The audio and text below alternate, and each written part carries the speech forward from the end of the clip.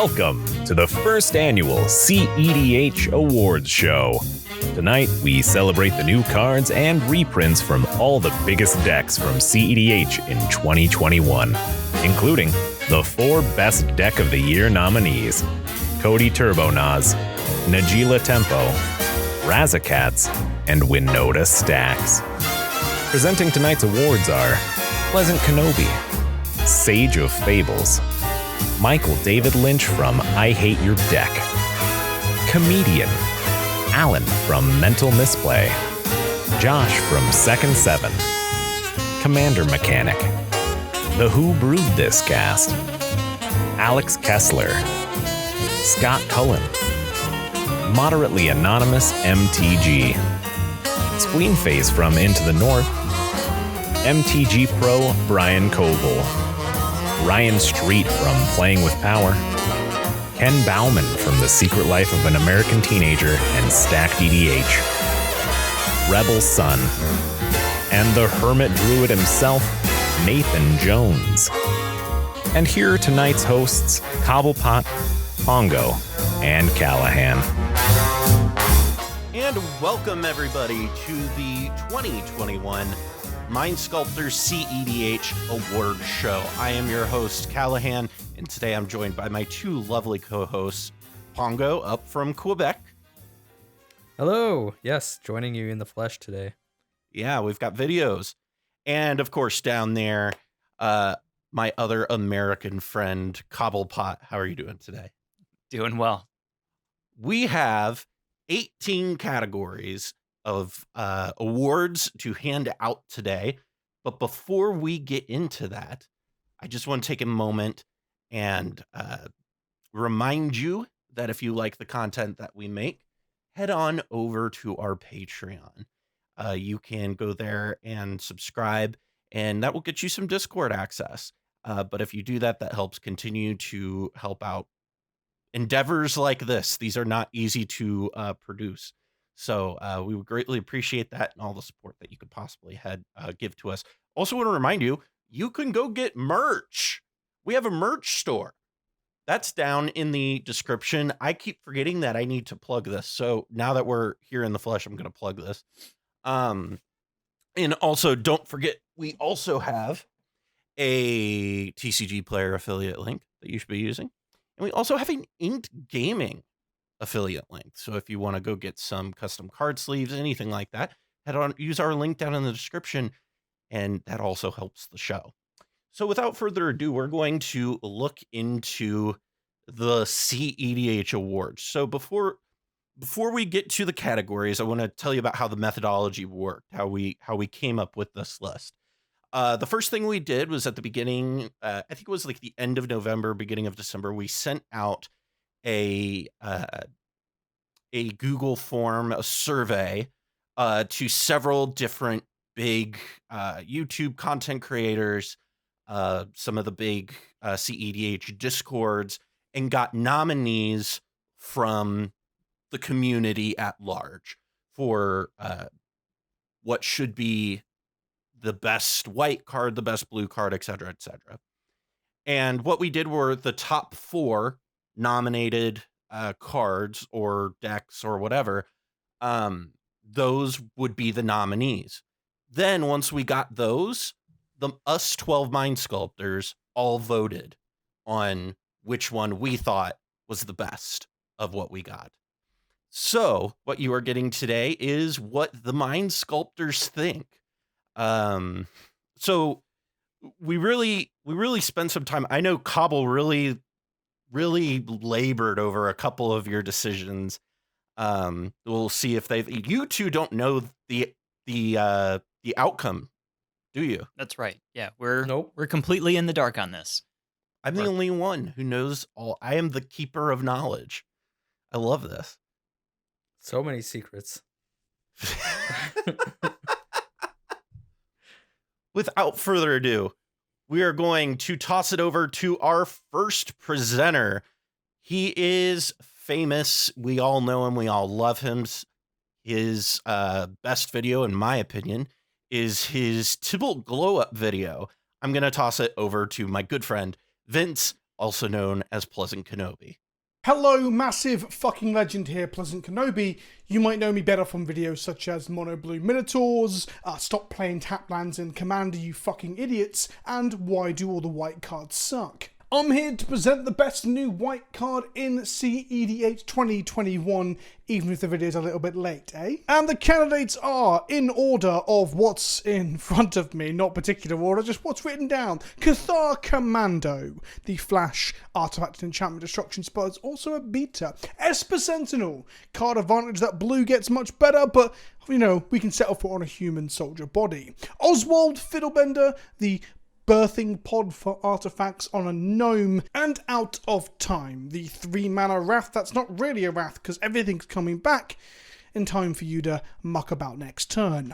And the winner is, I'm going to pretend to open an envelope. I was going to find an envelope, but I couldn't find one because I'm incredibly disorganized. And the winner is, oh, surprise, surprise, it's Esper Sentinel. Want to draw some cards on each rotation of the table, or at least force your opponents to play inefficiently to stop you doing so? Then Esper Sentinel is your lad. Really, although I say blue gets versions of this that are strictly better, they're not really. At 1 mana, this thing is highly efficient to be able to be dropped at a sideline to your main turn's plan, or very early in the game. Thanks for inviting me on. Congratulations to Esper Sentinel, and I'll see you all soon. Thank you so much, Vince and Pongo Coval. I have to agree with Pleasant Kenobi. I'm not super surprised Esper Sentinel won this category. I don't think many people are going to be surprised by this one. You know, Coval, when it comes to Esper Sentinel, why ultimately do you think we as a group chose this card, you know, other than, you know, if you could sum it up for people? For me, I mean, one of the biggest deficits that you see in white is access to card advantage, and this is a lot of people refer to it as the, you know, mystic remora of white, but it's not that, but it still does quite a lot of work starting from the very beginning of the game. And the other part of what I think makes it so compelling is that it doesn't force you into any type of strategy. Mm-hmm. So you can put it really into any deck and it's going to give you benefit. Some of the other contenders that were there, Oswald Fiddlebender and Out of Time, those are great cards, but they're contextually great. So if they're not going to be a universally applicable card to any deck that is, you know, having white in its color identity. Right. Pongo, your take. Well, I mean, I can't say that I'm surprised either. If I'm being completely honest, I can't even remember who else was nominated. And I nominated one of the other cards. Nominated one of the other cards knowing pretty much full well that it probably wasn't ultimately going to win. You know, I think the rest of the cards that were listed are strong. They have their place, but you know, the only thing I'll add on top of what Coval said is that none of those other cards find a home in basically every deck that can support them. Right.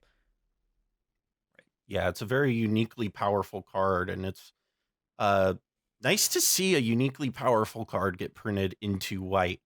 That gives not only just low color decks with white some more access to it, but really even high color decks too. So it's got a lot of versatility. It doesn't cost $90. That's also really good. It doesn't cost $90 yet. Well, the good thing is it was printed at rare, not mythic. See, yeah, that's the reason. Our next category is presented by a Sculpty boy themselves, Sage of Fables, and they are going to present us with the best new blue card. Hey there. Whenever we need answers, we tend to turn for blue for help, and this year has been no different. We've gotten great removal like Resculpt and Raven Form, and we've gotten new counterspells as we often do. We've even gotten answers to problematic ETBs in the form of Mystic Reflection and Dress Down. But these year's nominees for Best Blue Card might surprise you. And they are Solve the Equation, Malevolent Hermit, Dress Down, and Hullbreaker Horror. And the winner is Hullbreaker Horror! Congratulations, you weird serpent tentacle monster. You live your best life. Thank you so much, Sage. And this was one of the most hotly contested of some of the categories we had when it came down to the voting on this. I'll tell you that right now, as the person who counted all the votes. It was very close. I think almost all of these got at least 2 votes. Pongo, when you look at Hullbreaker Horror, what do you think ended up pushing it over the edge, over the top, really, of something like Malevolent Hermit or Dress Down? I think a big part of it might just be that people are excited about the card. Whereas a lot of those other cards, feel like powerful options, things that, you're going to play in a number of decks. They, find their home in a number of decks. They're not necessarily going to be sort of as archetype defining as a card like Hullbreaker Horror is. And so I wouldn't be surprised if that was part of it. I know, for myself, for instance, as a Kinnan player, Hullbreaker Horror was super exciting to see. I think Kinnan is definitely a very prominent sort of meta deck.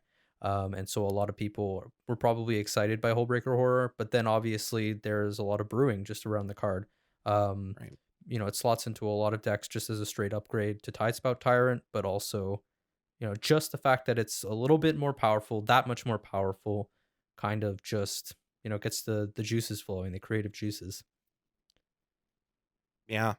Cobble, what were your thoughts on the outcome of this this category? It's not surprising completely, but I think I voted for Hullbreaker Horror because I put Dress Down in another category. And I, really thinking about it, I feel as time goes on, probably Dress Down is going to wind up being the card that sees more play, just because it's such a powerful effect for 2 mana, add instant speed as a cantrip to be able to, turn off all stacks for a turn so that you can combo out, or, to stop somebody from being able to execute their Consult Oracle cast. Right. But Hullbreaker Horror is just very exciting. It's, you can't counter it. It can, it bounces things that you want. It bounces spells. It would be great if it bounced your own spells. Then you could play it in Kuroku Takashima. But beggars can't be choosers. It kind of, along with Toxrill, has really kind of reinvigorated some of the, Reanimator or Oath strategies that you can see in Tasigur or Sultai in general. Yeah. Yep. Absolutely. Well, speaking of the Sultai and sort of graveyard, our next category is the best new black card, and that's going to be presented to us by our good friend over at I Hate Your Deck, Michael David Lynch. It's Lynch from I Hate Your Deck, and I'm happy to present here at the cEDH Awards. And today, the nominees for Best New Black Card: Dauthi Voidwalker, Grim Hireling, Profane Tutor, and Meat Hook Massacre. And the winner is Dauthi Voidwalker. So for all those who love to exile people's spells, sack the Voidwalker and cast it, congratulations. Have a good time, and this is Lynch from India. Take care. Thank you so much, Lynch, for presenting the best new black card of 2021. Thank you for presenting on this great show. It's a pleasure to have him on. Cobblepot, is there any surprise about Dauthi winning this category? I don't think so. I mean, the other contenders, Profane Tutor, you see that pretty much only in Codie. What's it? In Codie, the Codex.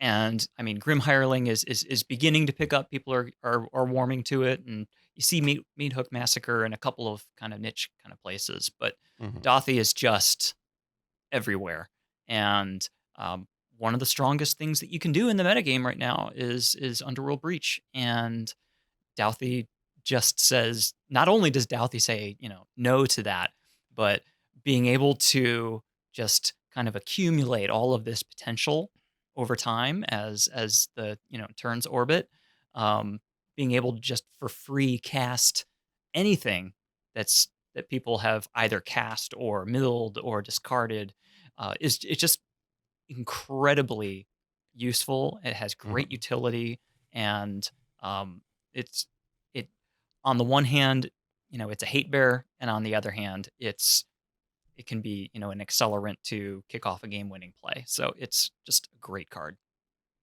Pongo, I know in some games that we've played on our Team Turn 3 streams on Sundays, you should go check those out, by the way, that Dauthi Voidwalker can kind of play a disruptive element in counter wars.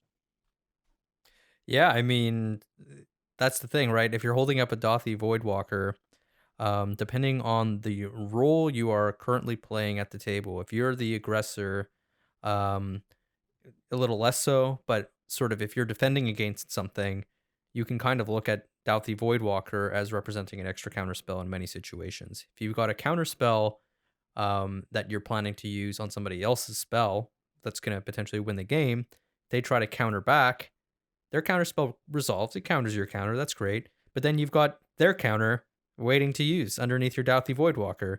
So, especially when you're playing that defensive role, when you're playing, these sort of mid-rangey decks that want to play more disruptive game plan and then kind of sculpt into a more, let's say, definitive win. The card is gas, serious gas. But remember when this card was spoiled, that I think Phoenix was in our Discord losing his mind. Sounds about right. But I think Grim Hireling is people definitely need to take another look at that card, because that card is great. That is also a great card in any Tymna deck for sure. Is that a card that we think its stocks are going to continue to go up as time goes on? Most certainly. Yeah, continue to go up is 100%, emphasis on continue, because that card is really spiked in price. Yeah. Yes. Well, speaking of some spikes, a lava spike, if you will, our next category is the best new red card of 2021. And presenting that is going to be friend of the show, comedian MTG. Take it away, Ian. Hello, Mind Sculptors family. Welcome to the best red cards of 2021. My name is Ian, and I'm here from Comedian MTG, representing Mono Red. Let's talk about the best red cards from 2021. Our nominees are 1. Birgi, God of Storytelling. Number 2, Dragon Rage Channeler. 3, Ragavan, Nimble Pilferer. And 4, Stormkiln Artisan. Now let's hear a drum roll before we reveal our winner. Our winner for 2021 is Ragavan Nimble Pilferer. Congratulations, little monkey. You've earned it. Grabbing a bunch of top decks, making some treasure, being the most aggressive birds of paradise there is. All right, everybody. See you guys in the next one. Thank you so much, Ian, and congratulations, Pongo, really, for Ragavan winning this award. Pongo, this is a card that you're a big fan of for a variety of reasons. And so when it comes to this card, I think that there was no surprise for me, at the very least, seeing this card win the category. I thought it was fairly obvious, in my opinion. But when it comes to you, Pongo, what were your thoughts when it went into the voting decisions? Well, I mean, there was certainly some anxiety. If Ragavan didn't win, I think that would have really crushed. It would have crushed me. So I'm just glad. I'm just glad I can sleep well tonight. Not only did Ragavan win, but we also have an idea for another video, which is who's the best dressed at this awards show. So far, Ian is coming in doing a great job with the all red outfit. That was fantastic. But when it comes to some of these other cards, Birgi is a card. Coval, I know recently on Twitter you've been talking about the back half of Birgi, and some of the wild stuff that you can do with her. Stormkiln Storm Kiln Artisan is one of those cards that almost single-handedly helped reinvigorate the what is it, the coins decks, right? And Right. really did a lot to push those decks forward. So Coval, when you look at this category as a whole, how do you feel? Like, Ragavan obviously is a very strong card to win out of this category. Right. And I mean, really, I would say all 4 of these cards are just stacked. And Yep. red continues to have its hot streak of just getting absolute banger after banger. Yeah, Bergie is tremendous on either side for any type of deck that wants to cast a lot of spells, namely storm kind of decks or decks that have Krark as one of the partners. It just gives so much value by either giving you acceleration on the one side, or if you've got plenty of acceleration, giving you plenty of gas to be able to use for just being able to dig to get what you need to be able to combo out. And I mean, I can't say enough about Storm Kiln Artisan. That card is just it gets better and better the more I play it, and just see the synergies that it has with like Flusterstorm, and just casting a spell and then Flusterstorming your own spell just so you can get 15 treasures or whatever, and be able to it's in some cases stronger than Dockside, which the mega ritual. Yeah. Which, I mean, that carries a lot of weight to be able to make that kind of a statement. But yeah, Ragavan is no surprise here. I don't know if its power is really, really high early game. I don't know if its power is maintained throughout to the end game, but it has definitely seen, kind of meta saturation, and it's excellent in all the places that I've seen it. And I think a lot of it really coming to the top of this is kind of similar to why Dothy and Esper Sentinel won in their categories as well, right? Is the ability for Ragavan to if you look at these other red cards, these are all storm cards. And they need you to be casting a lot of spells. Ragavan fits into any deck that has red in its color identity. Yeah. And you so actually I think see that Ragavan in Stax decks. You absolutely do, yeah. Yep, that monkey. What were you gonna say, Pongo? Oh, I was just gonna say, yeah, that's it. Ragavan, as Callahan was saying, fits into pretty much every deck. Sometimes some people will leave it out, but especially if you're playing like a Timna style deck or Najeela, you just love having that one drop that is attacking and making mana. And you know what I mean? You're not picking one or the other. You're getting the best of both worlds especially for those types of decks. And those decks are, I would say, very, very they're staples of the metagame. So if they are staples of the metagame, Ragavan is going to be a staple of the metagame by extension. Right. And people are very averse to letting Ragavan deal damage to them because of getting their top card exiled, and I've seen people squirm, and it just wields a lot of power on a whole bunch of different dimensions, and it's tremendous. Right. Our next category is, speaking of a powerful color, is the color green. And we're going to be taking a look at the best new green card of 2021. And who better to present that category than Alan from Mental Misplay? Than Alan from Mental Misplay. Alan, take it away. What's up, guys? Ramp Gang, Mental Misplay. We out here, 2021 cEDH Awards. Let's get right into it. We got mono green. I took a look at the list to see what was available. Green was up there. I play green cards sometimes. Let's get after it. So we got, first and foremost, we got the Avabrook Caretaker. This thing is absolutely wild. It's a flip card. If you can remember your triggers and flip it over, it starts out with hexproof. It's 6 mana, and once it flips over, it protects the squad. It's big. It gives everybody a buff. It's preposterous. This card, when it comes out, it's a problem. Nobody's ready for it. Next, we got Endurance. This card is wild. It's definitely saved me a couple games. You play it at instant speed. It's got flash, it's got reach, it's got evoke, it's got everything, and it stops a Thoracle win if you're lucky. Next, we got the Sanctum Weaver. This thing is pure gas in an Enchantress deck. You could tap it for so many mana. All the enchantments, all the mana. Big. It's like a Gaia's Cradle, but it's a creature also and an enchantment, and it's for enchantments. I love it. Super crazy. Next, we got Toski, Bearer of Secrets. Toski?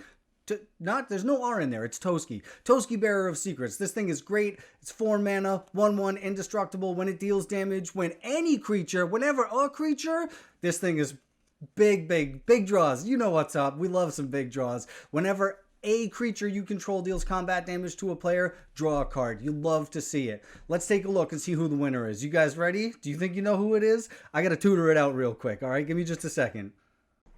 All right, here we go. We're going to tutor for it. I just used the survival. I discarded the collector roof because I'm a madman. Let's see if we can find it real fast. You know I love to vamp while we tutor. Big jokes, vamp tutor, get it? Let's see if we can find this, though. I really like how this card synergizes with the survival of the fittest because you can really mess around with people at instant speed. I know it's in here. I saw it just the other day. I even attempted to stop a win with it. Come on, there it is, almost at the top. It's always closest to the top. Here it is. You guessed it. It's Endurance. This thing is stopping Thoracle wins. You gotta love it. It was such a cool, needed effect, and that was a really cool cycle and very relevant to the meta right now. It sure beats a Loaming Shaman, I'll tell you that much. Thank you guys again. Thank you so much, Alan, and congratulations to Endurance. And Coval, was there any doubt, again, we've gone down through the color pie so far, and was there any doubt that this was going to win the green category? I don't think so. For me, it's been just such a game-changing card for green. Green hasn't been getting a whole lot of love in the past 2 years.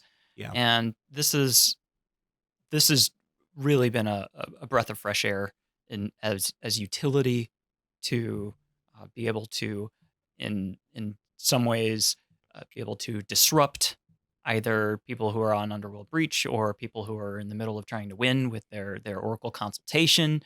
But it also, I think, for me, it has been a way for, mono green or, preferably any color that has access to green to not need to do twister loops if it has infinite mana. Being able to just kind of, shuffle your library and then throw Endurance back onto the top of your library and go again. And, just being able to do that without drawing cards for your opponents is just huge. And there's just a ton of circumstances where the ability is just the thing that you need, and being able to cast it at instant speed for free is it's just bonkers. Pongo, what are your thoughts on Endurance? I know you were really hoping Avabruck Caretaker would pull this one home, but what were your thoughts of it ultimately? I think Alan said it really well. Avabruck Caretaker is an absurd Magic card, but at the end of the day, it's a 6 mana Magic card, where Endurance will frequently, be a 0 mana interaction, and in this format, efficiency is king.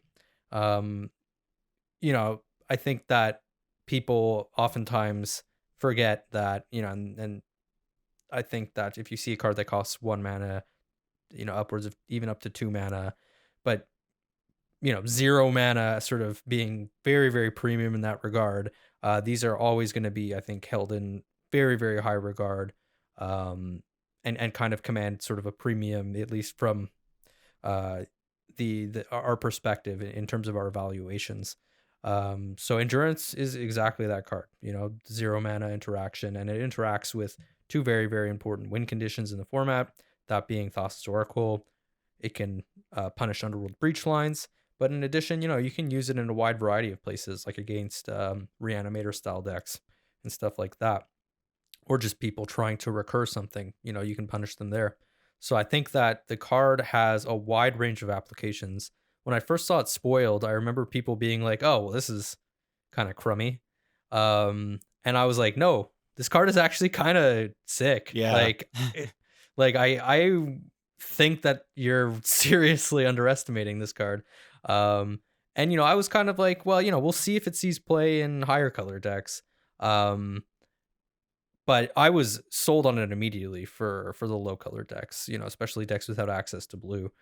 This is a major get for those decks. And I say, or I was going to say any deck that has Kodama as one of the partners. Yeah, well, that's it. Being able to skirt not only casting a permanent, but the timing constraints around casting a permanent. Like if you want to get Rule of Law into play at instant speed on somebody else's turn, in response to them doing an Adnaz or something like that. It's a free 3-drop. Yeah. Yep. So the evoke cards are very good with Kodama. They really are. But yeah, that's it. So I mean, I think that the card is very, it's quite impressive in practice. And yeah, as Alan alluded to, really, really powerful once you're doing things with survival of the fittest. Yeah. So great way to demonstrate that one. On to our next category is Best New Colorless Card of 2021, and that's going to be presented by friend of the show, Josh of Second 7 MMM. What's going on, everybody? This is Josh from Second 7. Now, 2021 had a ton of great cards for the Commander format, and maybe some not so great, but today we are going over the nominees and the winner for the Best New Colorless Card from 2021. Now, colorless cards, I think, are one of the better categories for all of these. So of course, I'm announcing it. That's why I chose it.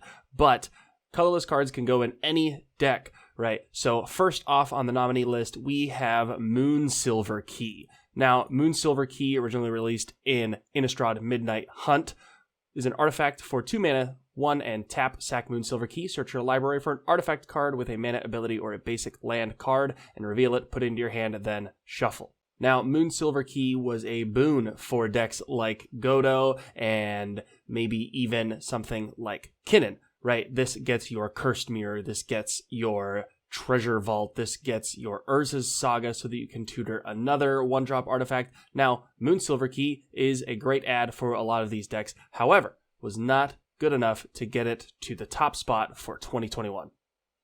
Next on the nominees is Explore the No, this can't be right. Who wrote the script? Explore the Vast. I've never seen this card cast at all, let alone in a cEDH game. This is a cEDH podcast, right? There's a front side. Turn it over.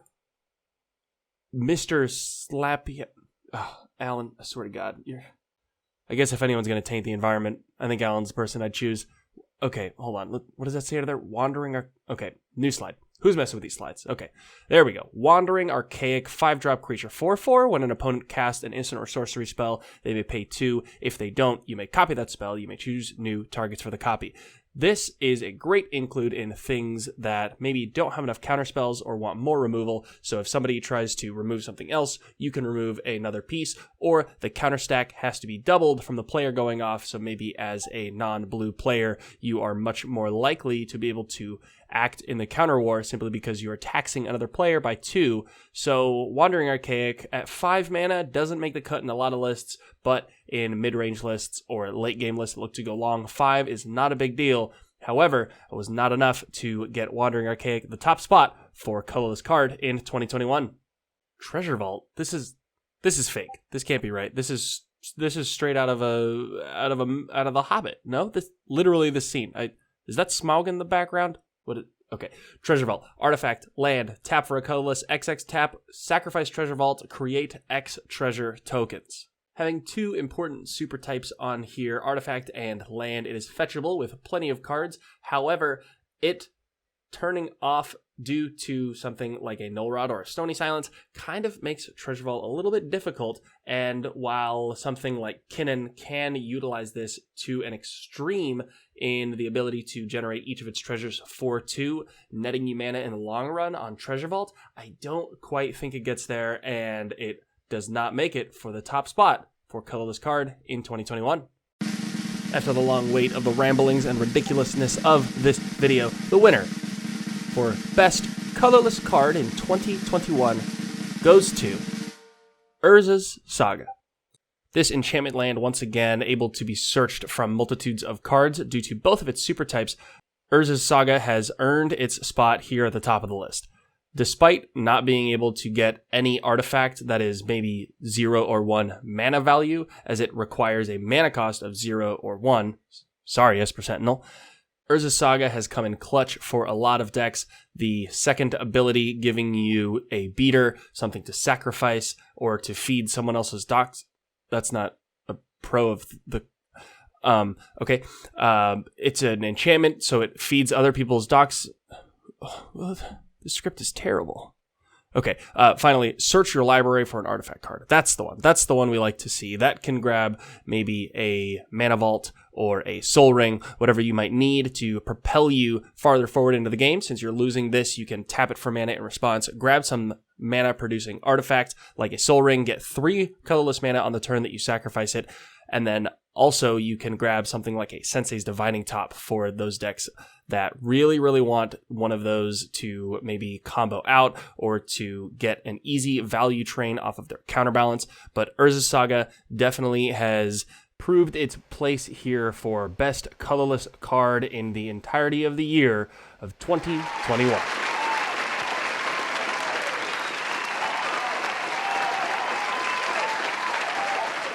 Thank you so much, Josh. And it's honestly, thank you for presenting and that hilarious presentation. Honestly, there were some very funny parts in that. I'll try to see if I could get it in post-production, some of Cobble's reactions, because he definitely found it quite funny. So when we're looking at this Pongo, we've got Moon's Silver Key, a card that you play in Kinnan. Got Treasure Vault, a card that you play in Kinnan, and Urza's Saga, which is played in everything, and Wandering Archaic, that's played in mid-range. So, you know, what's the thought process here ultimately at the end of the day? Well, I disagree that Urza's Saga is played in everything. It's played in a lot of stuff. It's played in a lot of stuff, yeah. But in fact, I played very little, interestingly enough. But I think that's because I tend to play more 4 and 5 color decks. That being said, I absolutely think it's to pick here, because it is an exceptionally powerful card. I think that, you know, punch for punch, like it is more powerful than the other cards that were nominated. The other cards that were nominated perhaps have more of a place in very specific decks. You know, whether it's Kinnan, which loves to have treasure vaults, you know, it's a huge get for that deck, and Moonsilver Key as well being a really big get for that deck. Or like Godo, for instance, being pretty happy to have Moonsilver Key as well. You know, it's another one of these cases where it's still pretty restrictive in terms of the decks that you're actually playing it. Whereas a card like Urza's Saga does see widespread play, if not play in every deck. So yeah, you know, there's that, and there's just the fact that you play that on turn 1 and you're getting a Soul Ring on turn 3, and that's pretty excellent. So, you know, great card. What else is there to say? Yeah. Cobble, I know this is a card that a lot of people have tried, you know, even building entire decks around, where you can play it and create the what is it, Constructs, and then bring it back and kind of do it all over again. This is a card that seems to be able to be pretty versatile in its ability to do a lot of different things. It's just exceptionally versatile. I've seen it used in fast decks to get acceleration. I've seen it used in stack decks to get Grafdigger's Cage.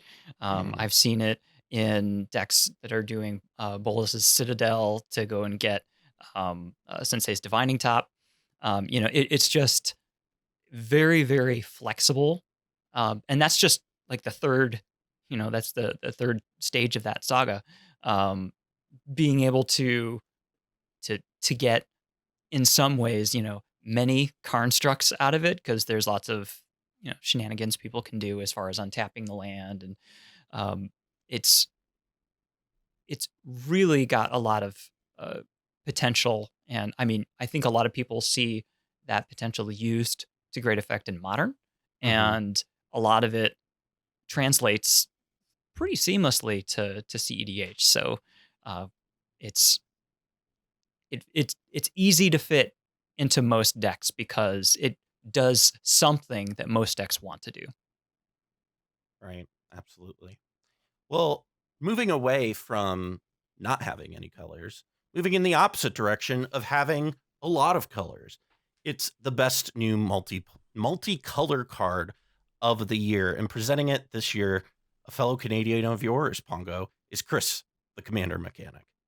Hey folks, I'm Chris and I'm your Commander Mechanic, and I am honored to be presenting the 2021 cEDH Award for Best Multicolored Card. Our nominees in this category are Culling Ritual, Dam, Grolnok the Omnivore, and Ignoble Hierarch. And I have the winner right here. Let's take a look. Our winner is Culling Ritual. Congratulations, Culling Ritual. What a fantastic board wipe and ritual stapled on one card. Very well earned and well deserved. Thank you so much, Chris. And Culling Ritual has been a card that has gained a lot of attention in cEDH. And Pongo, this is a card that fits into specifically Naus decks to very dangerous degree.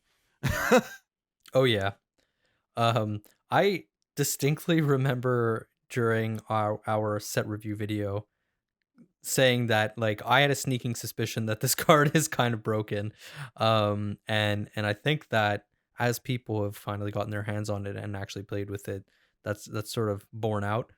I've seen this card cast many times, and I've seen it be a must counter card every time it's been put on the stack, basically. And you know what? That's good for a card to be a must counter threat. Even if it does get countered, it means that you're playing cards that demand that people have answers. So regardless of whether or not it even resolves half the time, that sort of doesn't matter because you've just kind of increased the threat density of your deck, right? In one of your ritual slots, which is pretty nuts. So yeah, this is the type of card that I think if you're playing the Sans Green Turbo Naus decks, this is the first time you're kind of looking over the aisle and you're man, I don't get the cool toy. What's going on? This is not right. I didn't sign up for this. I'm supposed to get everything. Coval, when you look at this list of nominees, there's some very good cards on this. But ultimately, what puts, Pongo talked about this, what ends up putting Culling Ritual over the top, ultimately we know, right, it makes a bunch of mana. But, is there anything else there? Well, it's not just that it makes a lot of mana. Yes, it makes a whole lot of mana, but, so does Dockside Extortionist. But I think something that we're seeing in the metagame is proliferation of treasure because of, everybody bouncing the docksides and cloning the docksides and blinking the docksides and playing Smothering Tithe and playing hired Tiefling. Grim Hireling. Hireling, thank you. Treasure is getting bigger and bigger. Yeah. As part of people's acceleration packages, and even though people can sack their treasures in response to you doing this, that takes away resources that they would be able to otherwise use on their turns. And for every dork that you snag, and for every Aethersworn Canonist that you hit, or Sylvan Library, Remora, Carpet, all of these things, it creates a void of resource access for the people that are not ready for it to happen. So they're going to be set back, and it throws you way, way, way forward. And it is just a huge swing. And like Pongo said, it's one of those cards that when people play it and they're playing it intentionally, it's one of those cards that you either you either counter it or you shuffle. Yeah. Because it's so backbreaking. Yep, 100%. Must counter threat, and when they don't have it, you win. Yeah, absolutely. Looking at the next category of some more possible threats is the best new creature card, and presenting this category is the cast of Who Brewed This? What's up, Spice fans? My name's Claire. This is Scoots. And I'm Cicada. And we're the Who Brewed This team, presenting to you the 2021 cEDH Awards winner for Best New Creature Card. And you may notice that we all look different, but don't worry. Rebel's Assimilation comes for all of us. We promise you that we're happy. This year, we had a bunch of awesome contenders for Best New Creature Card. One of them was Even White, and it's not a meme, I promise. Without further ado, we present to you the nominees. Storm's new mom, putting the horn in horny cEDH. It's Bergie, god of storytelling. Recurable value, hate piece, and a nice unblockable body, it's Douthie Voidwalker. A new addition to cEDH lingo with Do You Pay the X? And a white draw card, it's Esper Sentinel. And finally, a brand new way to regret that Imperial Seal. It's Ragavan, Nimble Pilferer. And the winner is... Douthie Voidwalker!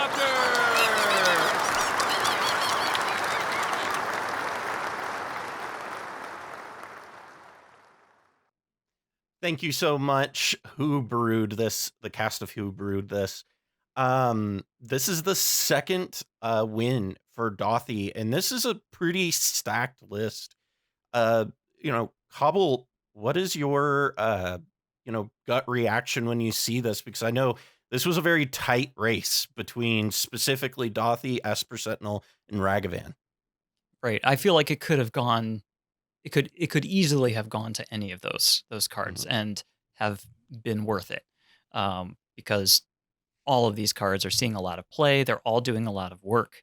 I think that given the current metagame, where there's so much saturation around Ad Naus and Underworld Breach, that Douthie just does so much work against the biggest threats in the metagame that I think that's probably the thing that pushed it over. And having that extra utility of being able to support your interaction package, being able to draw more cards with Tymna, being able to cast other people's spells for free. It just it hits all the right notes, and it is a sensible winner, I think, here. Yeah, Pongo, your thoughts? This award show is rigged.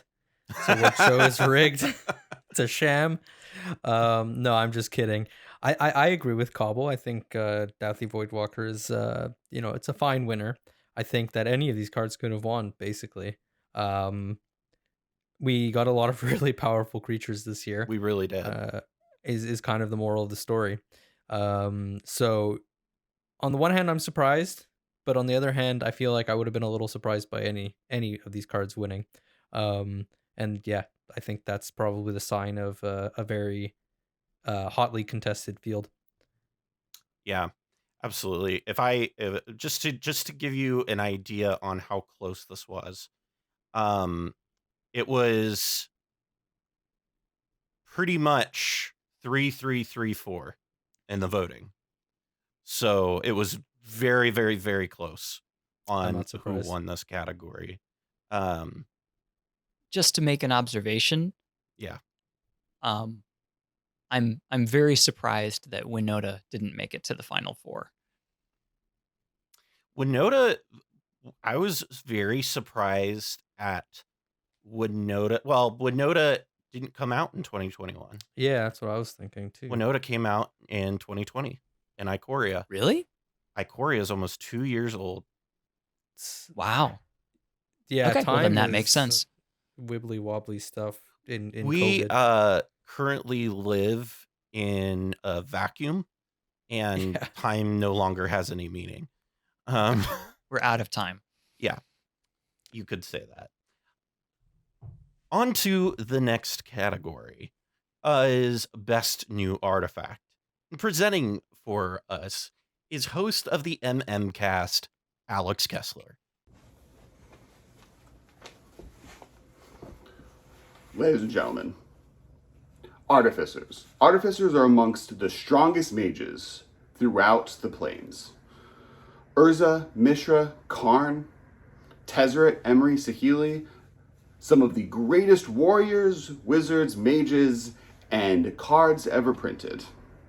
And their tools, ranging from everyday objects to the rarest of ancient treasures, to the most dangerous weapons ever created, have influenced Magic more than any other card type in history. Some of the most iconic cards in Magic history worldwide are artifacts, from the Moxes to Black Lotus to Sol Ring to Time Vault. Today we honor those artificers and their tools by choosing the best artifact to be printed for cEDH in 2021. The nominees from the category are Codie, Phosphorus Codex, Esper Sentinel, Moon Sliver Key, and Sword of Hearthenhome. These nominees range from a weapon that reminds you of winter nights by the fireplace, a book that yells at you for skipping class, but letting it slide once in a while, a soldier who may be the best white card draw ever printed, and a key that can return the day to its natural cycle. I, Alex Kessler, am proud to announce what the winner of this category would be, and the winner of the best new artifact card in cEDH is...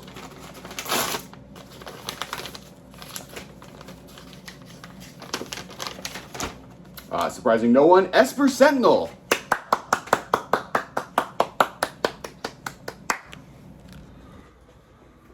Oh, wow. I didn't expect to be, it was an honor to be not. Thank you, Alex Kessler. Thank you for, the Academy. Thank you, Wizards of the Coast, for printing me. Thank you, the cEDH community, for supporting and being excited about what white card draw could do in Magic. I'm really excited for the future of this color and what its power levels are going to be in the future. It's been honestly an honor to be nominated in so many categories this year, and to win Best Artifact, even with not being a colorless card, is both surprising and exciting. To my fellow nominees, as a man with swords attached to my arms, I respect Sword and Hearthenhome. The rest of you are also cool. I like a book, and just I'll read the description for my artwork as my final goodbye. Action. Using the reference as inspiration, we'd like you to design a soldier who is similar mix of flesh and ethereum, a magical metal found only on Esper. Thank you to the Academy and all the Magic players out there, and I'm excited to see what artifacts and other cards have for the future. Thank you so much, Alex, and thank you so much to Esper Sentinel. Congratulations on the second trophy brought home in Pongo. This is, there were a couple, there's at least one other nominee on here that could have won this, right? Like this was a hot category. On the one hand, yes, but on the other hand, I'm also not surprised. I feel like Esper Sentinel is the Titanic or the Gone with the Wind of Magic cards. Maybe those references are a little too obscure for some people, but yeah, I don't know what the most recent Oscar ones that have Sweeper, sweep the opera. Yeah, I can't think of any. Esper Sentinel is an incredibly powerful card. I think that again we kind of run into this issue where some of those other cards, while in their own places might even be more powerful than Esper Sentinel, they are not as universally playable as Esper Sentinel is. Right. And as such, that's I think just going to drastically work in Esper Sentinel's favor, because when you've got people voting for the card, well, it really helps that most of those people will have actually played with the card, and probably played with it in multiple decks. Yeah. Coval, your thoughts? I agree. I mean, We've talked a lot about Esper Sentinel so far. right. I wouldn't have been surprised one iota had Codie won, just because of the success that deck has seen in the past 6 months. But again, that's one context. You don't see Codie as part of the 99 or 98 in any other deck. And it's, it does its thing. It does it really, really well. And that's kind of it. Whereas Esper Sentinel is just so versatile and so universally applicable that I think this is the right choice. Yeah, absolutely. Well, next, moving away from the artificers, now onto the magicians, the wizards, and the spells that they cast. The next category is Best New Instant Card. And presenting that for us today is going to be host of the Budget Magic Cast, Scott Cullen. Hello and welcome to the cEDH Awards. Not an award show that tells you that they're playing mid, but the awards for the very best in Singleton Magic. I'm Scott and I'm the host of the BM Cast and writer for Card Kingdom, and I'm here today to present the award for Best New Instant Card. The nominees are Alchemist's Retrieval, Mystic Reflection, Resculpt, and Suspend. And the winner is Resculpt. Though I'm afraid we're a little short on time, so there won't be time for an acceptance speech, but we'll be back after these short messages. Thank you so much, Scott. And Resculpt, Cobblepot is a card. This was a category that had a few cards. You really could have gone either way. And I know for us from the voting perspective, didn't feel very strongly about what the best new instant is this year. And ultimately we fell on Resculpt. And what's your kind of take on that? I feel like it, that each one of these is good. I don't feel like any of them have been a revolution in what, how interaction works in cEDH.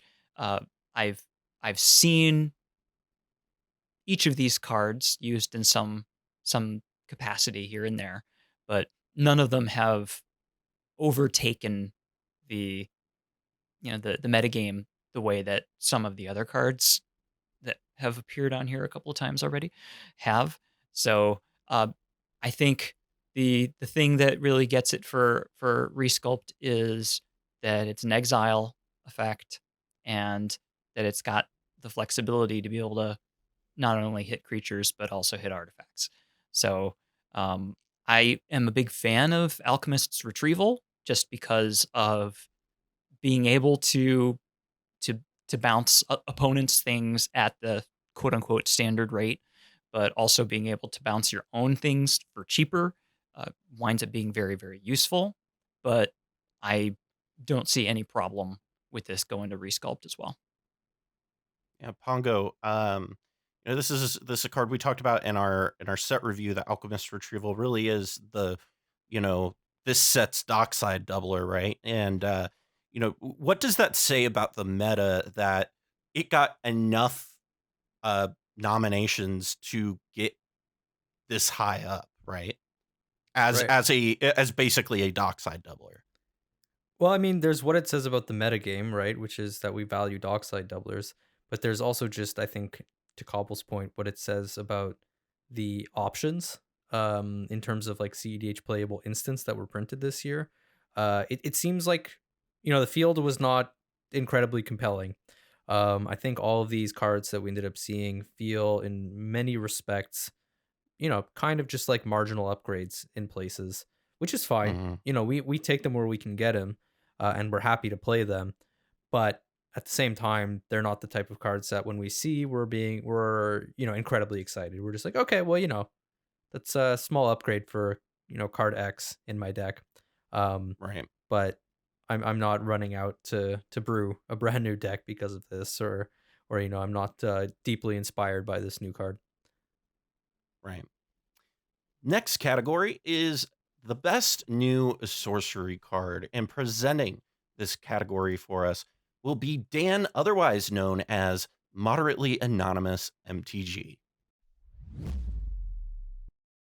Hello everyone, my name is Dan, aka Moderately Anonymous MTG. I am here to announce your winner for the 2021 cEDH Awards for the Best Sorcery. The nominees are Culling Ritual, Dam, Profane Tutor, and Step Through.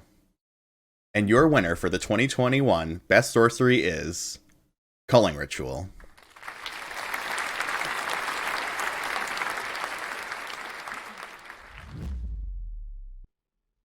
Thank you so much, Dan. And really, Pongo, when we look at this category, are we surprised at all that Culling Ritual picked up its second win of the night?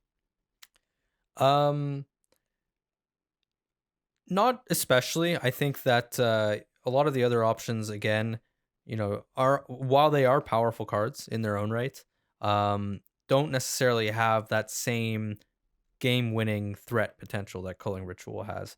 And I just think that as soon as a card, says, answer me when I put this on the stack, that's a card that, will immediately turn heads in a game, but also while evaluating the card. Yeah, Coval, your take on this? Very similar. I mean, each of the other contenders are cards that see play, but either it's play that's very niche, like Profane Tutor really only seeing play in Codie and maybe some Cascade strategies, and Dam seeing a little bit of play here and there, Step Through seeing a play in Wizard decks.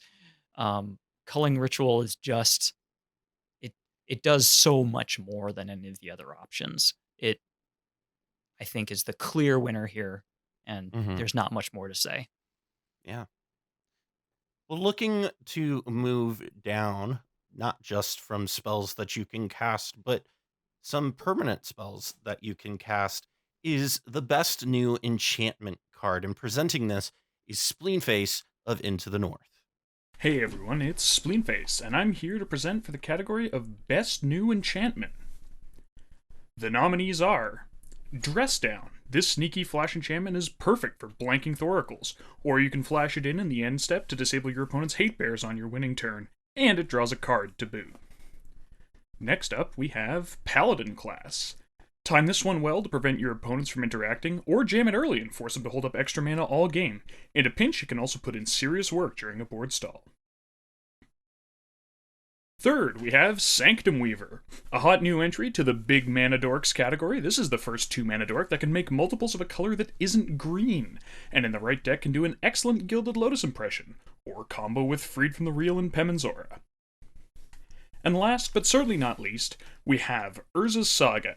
This enchantment land combo gets you a Jeweled Lotus, Soul Ring, or Mana Vault on turn 3, and in a long game is an instant board presence button.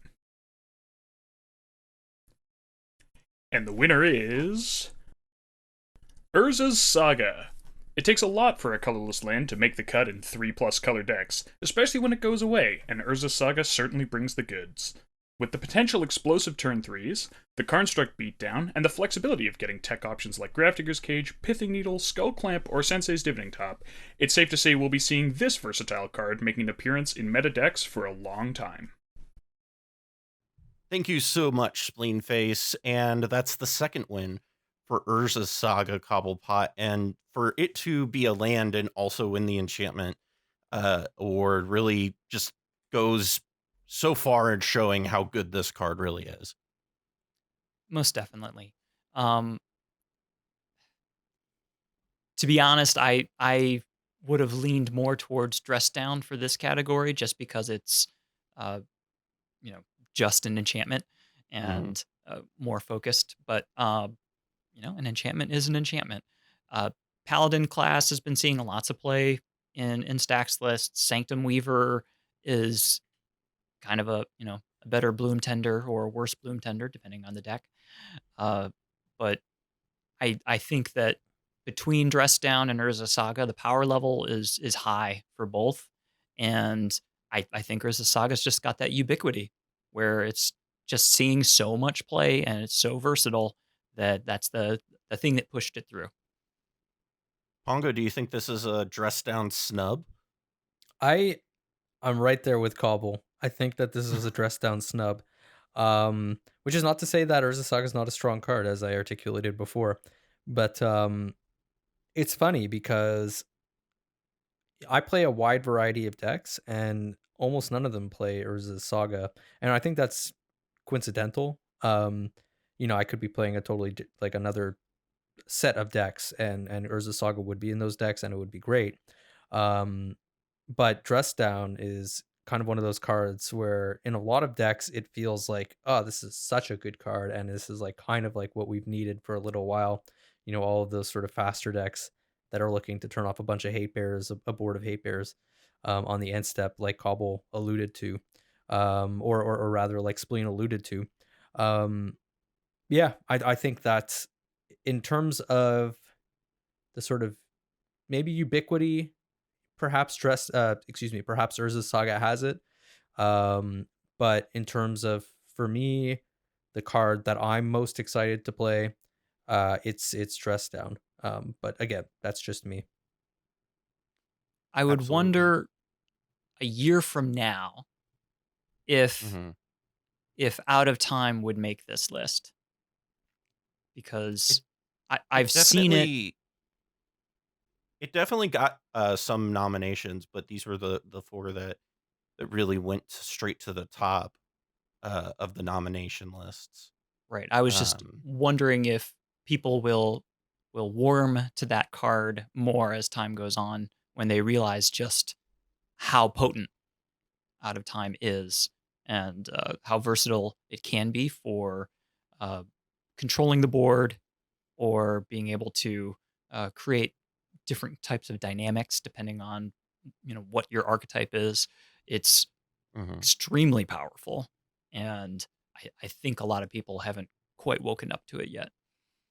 Yeah, I think for a while we have definitely just kind of put it into that's the Amanatu card, and just kind of put it into that corner, and it definitely has more outside of just Amanatu. Yeah, I feel that too. I wonder if there's some, some innovation that needs to be done before that, people maybe take another look at that card.